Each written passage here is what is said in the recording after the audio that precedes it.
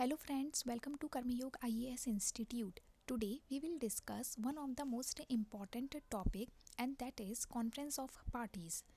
United Nations Framework Convention on Climate Change Conference of Party 30 took place in Belém, Brazil in late November 2025. United Nations Framework Convention on Climate Change was adopted at Rio Conference of 1992. COP-31 is likely to be hosted by Turkey and COP-32 is likely to be hosted by Ethiopia. COP-33 is likely to be hosted by India, although there is no confirmation yet. Focusing on key outcome, the first is it resulted into adoption of global multi-round decision which invokes collective action rooted in Brazilian tradition. Further, it also adopted GGA, that is Global Goal on Adaptation.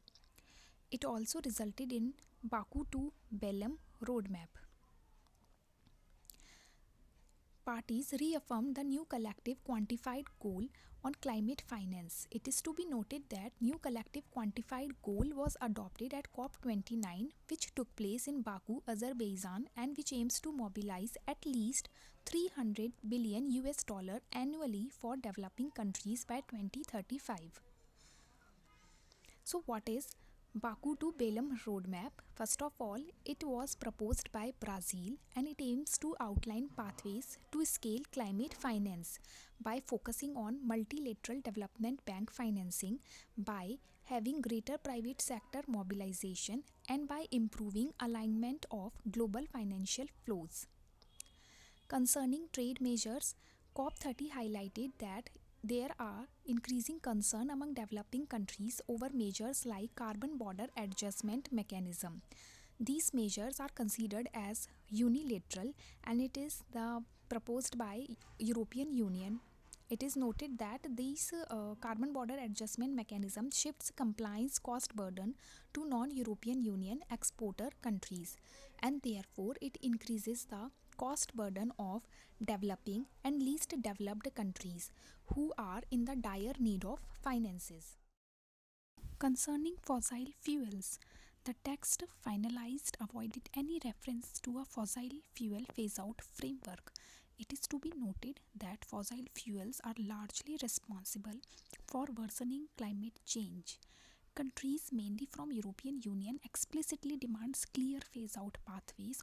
Contrary to these countries, there is a group of countries called like-minded developing countries, which is led by India and which held that energy transitions should take into consideration developmental needs of developing countries.